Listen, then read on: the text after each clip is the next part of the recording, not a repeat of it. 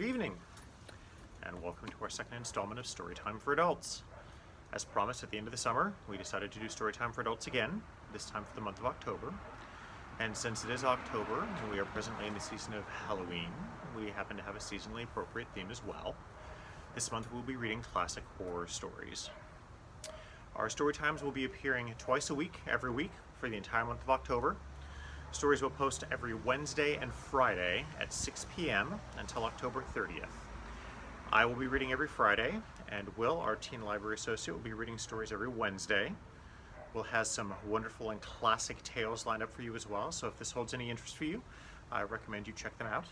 And if you missed a story time, all of our videos are available on Martin Regional's Facebook page under our videos, and on the Tulsa Library's YouTube channel as well. So, horror as a genre is rather broad. Monsters and ghosts and ghouls are a part of it, but at its core is fear. Fear of the unknown or the inexplicable, fear of not knowing what will happen, or fear that one knows exactly what may happen next. In that vein, we'll be reading a classic tale of the macabre by W.W. Jacobs. William Wymark Jacobs lived from September 8th, 1863 to September 1st, 1943, dying just 1 week short of his 80th birthday. Jacobs was an English author of short stories and novels. He was married to Agnes Eleanor Williams, a noted British suffragette, and commented in his later years that in his youth he identified himself strongly with left-wing politics, but that later in life he became much more conservative and individualistic. Michael Sadler, the famous British publisher and bibliographer, said of him that he wrote stories of three kinds, describing the misadventures of sailormen ashore, celebrating the artful dodger of a slow-witted village, and tales of the macabre. During his lifetime, W.W. Jacobs was mostly known for writing comedies and farces.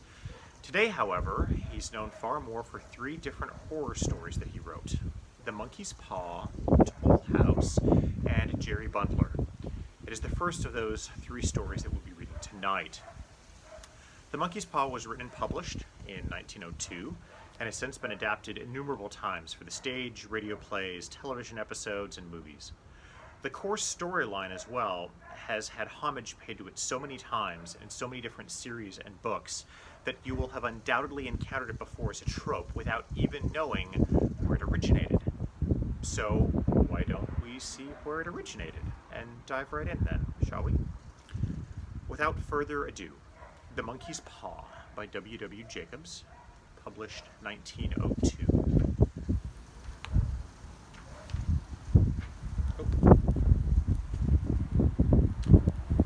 Without, the night was cold and wet, but in the small parlor of Laburnum Villa, the blinds were drawn and the fire burned brightly. Father and son were at chess. The former, who possessed ideas about the game involving radical changes, putting his king into such sharp and unnecessary perils that it even provoked comment from the white-haired old lady knitting placidly by the fire. "Hark at the wind," said Mr. White, who, having seen a fatal mistake after it was too late, was amiably desirous of preventing his son from seeing it. "I'm listening," said the latter, grimly surveying the board as he stretched out his hand. "Check." "I should hardly think that he'd come tonight," said his father, with his hand poised over the board. "Mate," replied the son. "That's the worst of living so far out," bawled Mr. White, with sudden and unlooked-for violence. "Of all the beastly, slushy, out-of-the-way places to live in, this is the worst. Path's a bog and the road's a torrent. I don't know what people are thinking about. I suppose because only 2 houses in the road are let, they think it doesn't matter." "Never mind, dear," said his wife soothingly. "Perhaps you'll win the next one." Mr. White looked up sharply, just in time to intercept a knowing glance between mother and son.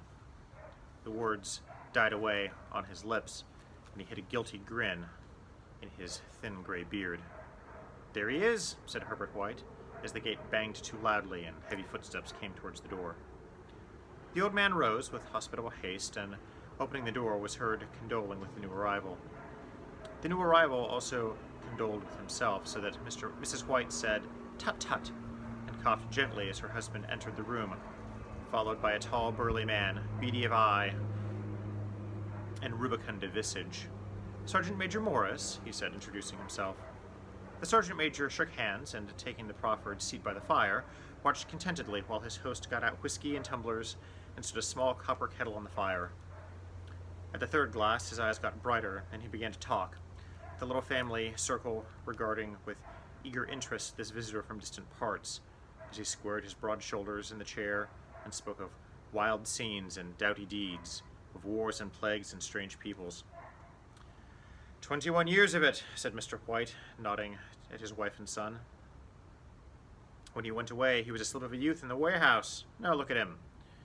He don't look to have taken much harm, said Mrs. White politely. I'd like to go to India myself, said the old man, just to look round a bit, you know.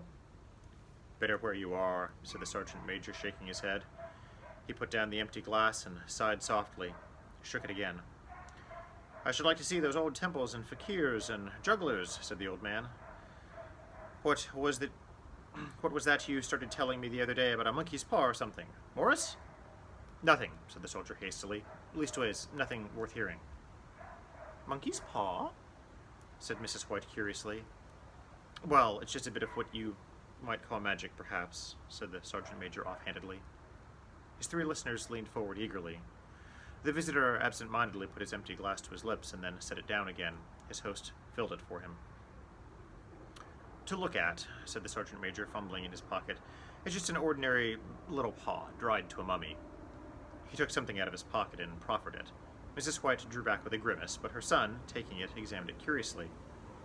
And what is there special about it? Inquired Mr. White, as he took it from his son, and having examined it, placed it upon the table. It had a spell put on it, said the sergeant major. A very holy man. He wanted to show that fate ruled people's lives, and that those who interfered with it did so to their sorrow. He put a spell on it so that 3 separate men could each have 3 wishes from it. His manner was so impressive that his hearers were conscious that their light laughter jarred somewhat. Well, why don't you have 3, sir? Said Herbert White cleverly. The soldier regarded him in the way that middle age is wont to regard presumptuous youth. I have, he said quietly, and his blotchy face whitened. And did you really have the 3 wishes granted? Asked Mrs. White. I did, said the sergeant major, and his glass tapped against his strong teeth. And has anybody else wished? Persisted the old lady. The first man had his 3 wishes, yes, was the reply.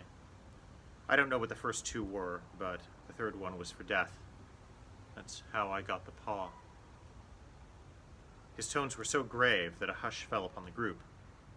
If you've had your 3 wishes, it's no good to you now, then, Morris, said the old man at last. What do you keep it for? The soldier shook his head. Fancy, I suppose, he said slowly. I did have some idea of selling it, but I don't think I will. It has caused enough mischief already. Besides, people won't buy. They think it's a fairy tale. Some of them, and those who do think anything of it, want to try it first and pay me afterwards. If you could have another 3 wishes, said the old man, eyeing him keenly, would you have them?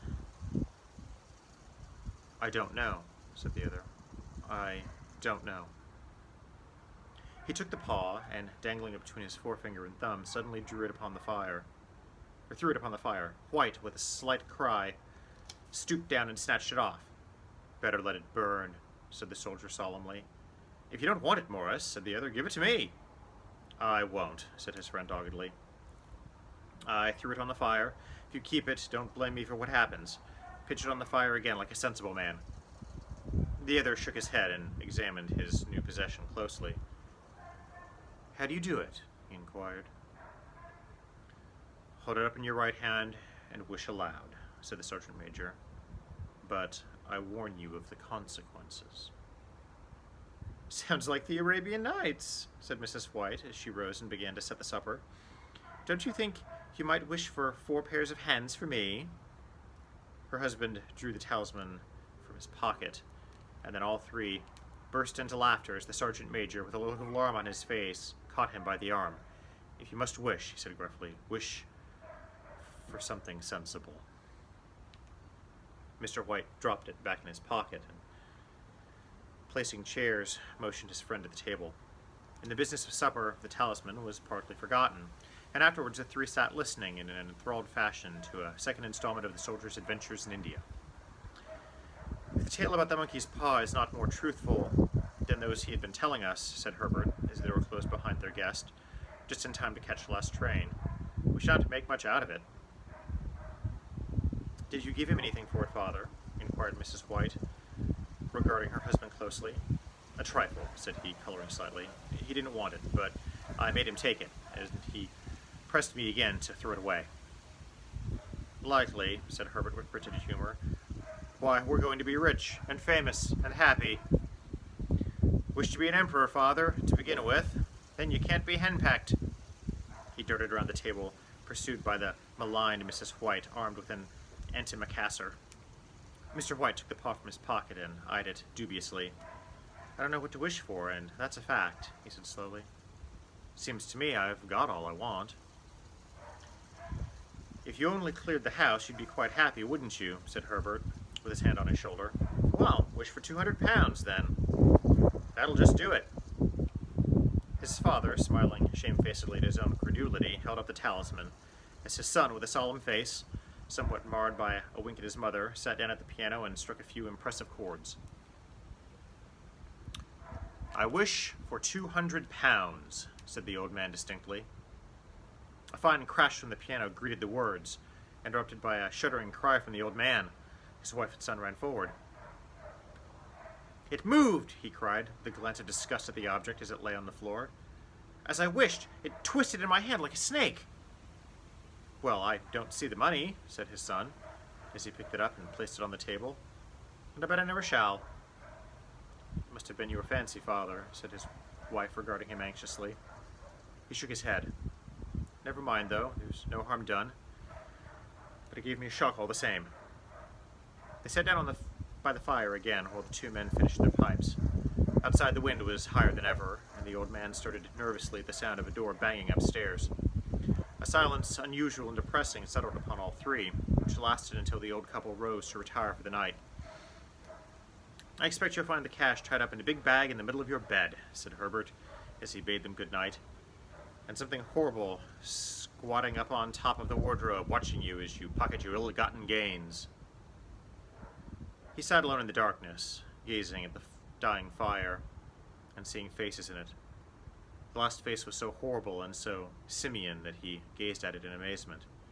It got so vivid that, with a little uneasy laugh, he felt on the table for a glass containing a little water to throw over it. His hand grasped the monkey's paw, and with a little shiver, he wiped his hand on his coat and went up to bed.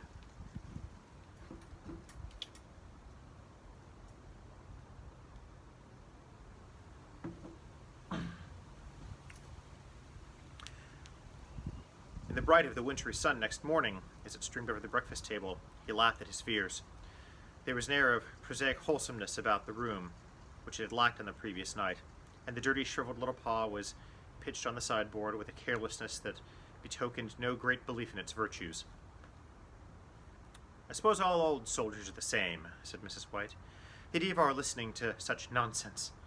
How could wishes be granted in these days? And if they could, how could £200 hurt you, father?" "Might drop on his head from the sky," said the frivolous Herbert. "Morris said the things happened so naturally," said his father, "that you might, if you so wished, attribute it to coincidence." "Well, don't break into the money before I come back," said Herbert as he rose from the table. "I'm afraid it'll turn you into a mean, avaricious man, and we shall have to disown you." His mother laughed and followed him to the door.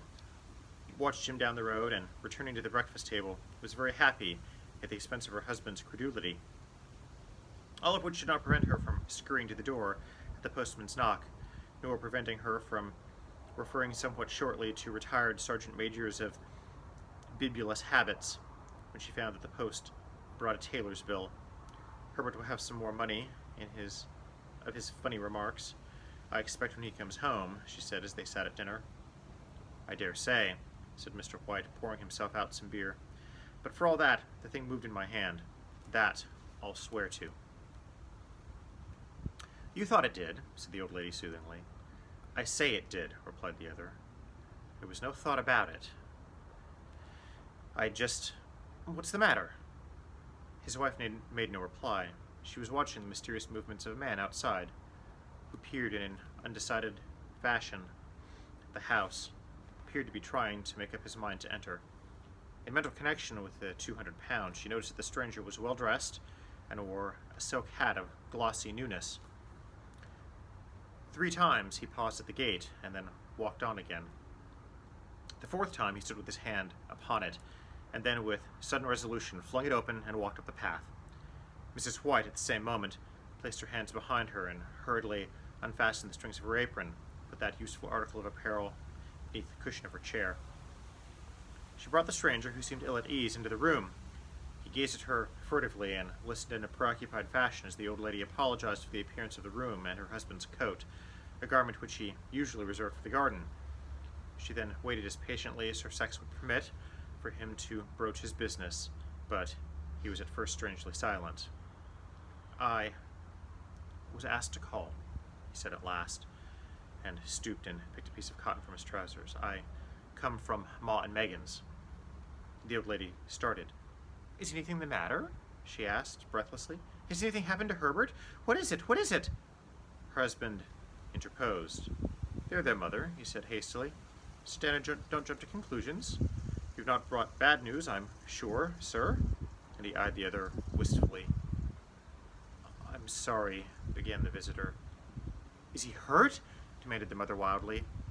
The visitor bowed in assent.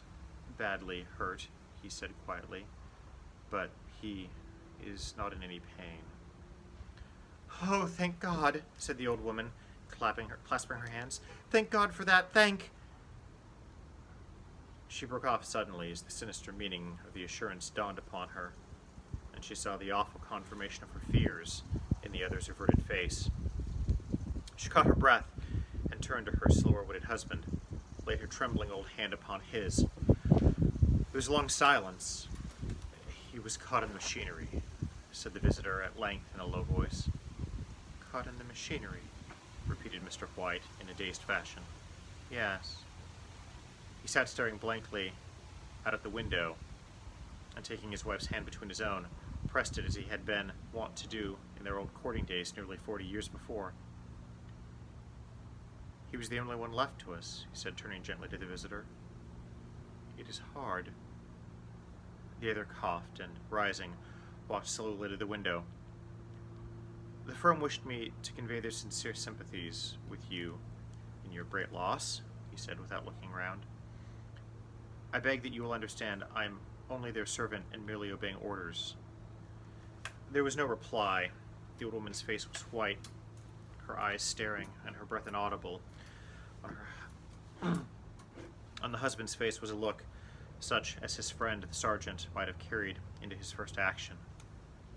"I was to say that Ma and Megan's disclaim all responsibility," continued the other. "They admit to no liability at all, but in consideration of your son's service, they wish to present you with a certain sum as compensation." Mr. White dropped his wife's hand and, rising to his feet, gazed with a look of horror at his visitor. His dry lips shaped the words. How much?" £200, was the answer. Unconscious of his wife's shriek, the old man smiled faintly, put out his hands like a sightless man, and dropped, a senseless heap, to the floor. In the huge new cemetery, some 2 miles distant, the old people buried their dead and came back to the house, steeped in shadow and silence. It was all over so quickly that at first they could hardly realize it, and remained in a state of expectation, as though something else to happen. Something else which was to lighten this load, too heavy for old hearts to bear. But the days passed, and expectation gave place to resignation. The hopeless resignation of the old, sometimes miscalled apathy.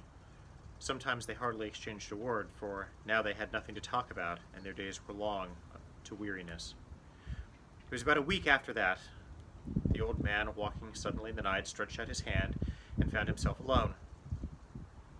The room was in darkness, and the sound of subdued weeping came from the window. He raised himself in bed and listened. "Come back," he said tenderly. for my son," said the old woman, and wept afresh. The sound of her sobs died away in his ears. The bed was warm, and his eyes heavy with sleep. He dozed fitfully, then slept until a sudden wild cry from his wife awoke him with a start. "The paw!" she cried wildly. "The monkey's paw!" He stared up at her in alarm. "Where? Where is it? What's the matter?" She came stumbling across the room towards him. "I want it," she said quietly. "You've not destroyed it?" It's in the parlor, on the bracket," he replied, marveling. "Why?" She cried and laughed together, and bending over, kissed his cheek. "I only just thought of it," she said hysterically. "Why didn't I think of it before? Why didn't you think of it?" "Think of what?" he questioned. "The other 2 wishes," she replied rapidly. "We've only had one." "Was that not enough?" he demanded fiercely. "No," she cried triumphantly.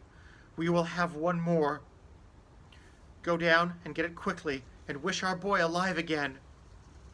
The man sat up in bed and flung the bedclothes from his quaking limbs. "Good God, are you mad?" he cried, aghast. "Get it," she panted. "Get it quickly and wish. Oh, my boy, my boy!" Her husband struck a match and lit the candle.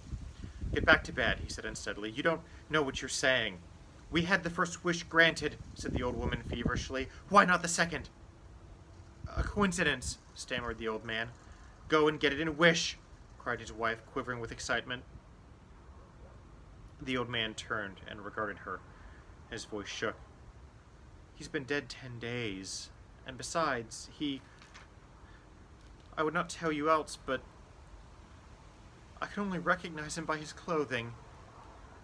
If he was too terrible for you to see then, how now?" "Bring him back," cried the old woman, and dragged him towards the door. "Do you think I fear the child I've nursed?" He went down in the darkness and felt his way to the parlor, and then to the mantelpiece. The talisman was in its place, and a horrible fear that the unspoken wish might bring his mutilated son before him ere he could escape from the room seized upon him. And he caught his breath as he found that he had lost the direction of the door. His brow cold with sweat, he felt his way round the table, and groped along the wall until he found himself in the small passage with the unwholesome thing in his hand. Even his wife's face seemed changed as he entered the room. It was white and expectant, and to his fears seemed to have an unnatural look upon it. He was afraid of her. "Wish!" she cried in a strong voice. "It is foolish and wicked," he faltered. "Wish!" repeated his wife. He raised his hand. "I wish my son alive again." The talisman fell to the floor, and he regarded it fearfully. Then he sank trembling into a chair as the old woman, with burning eyes, walked to the window and raised the blind. He sat until he was chilled with the cold, glancing occasionally at the figure of the old woman peering through the window. The candle, which had burned down below the rim of the china candlestick, was throwing pulsating shadows on the ceiling and walls, until, with a flicker larger than the rest, it expired. The old man, with an unspeakable sense of relief at the failure of the talisman, crept back to his bed, and a minute or 2 afterwards the old woman came silently and apathetically beside him. Neither spoke, but lay silently listening to the ticking of the clock. The stairs creaked, and the squeaky mouse scurried noisily through the wall. The darkness was oppressive, and after lying for some time, screwing up his courage, he took the box of matches, and striking one, went downstairs for a candle. At the foot of the stairs, the match went out, and he paused to strike another. At the same moment, a knock, so quiet and stealthy as to be scarcely audible, sounded on the front door. The matches fell from his hand and spilled in the passage. He stood motionless, his breath suspended, until the knock was repeated. Then he turned and fled swiftly back to his room and closed the door behind him. A third knock sounded through the door. "What's that?" cried the old woman, starting up.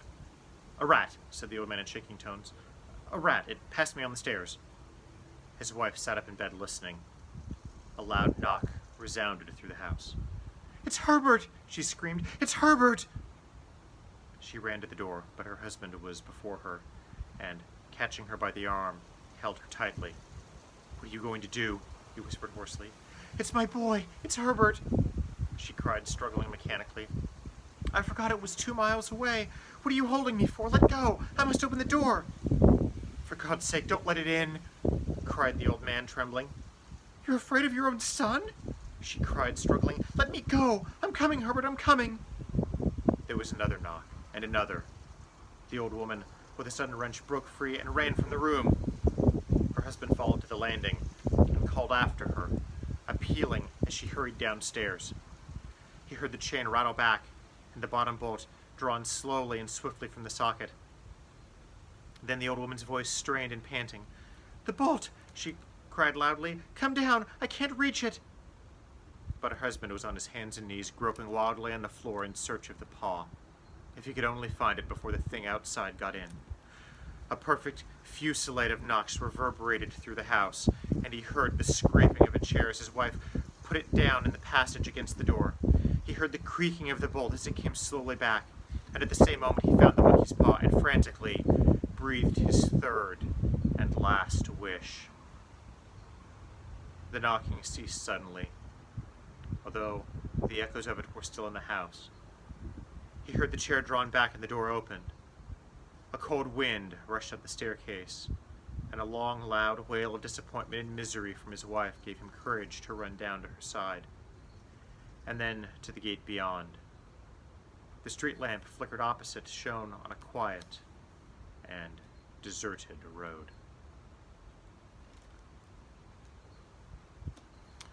That was The Monkey's Paw by W.W. Jacobs.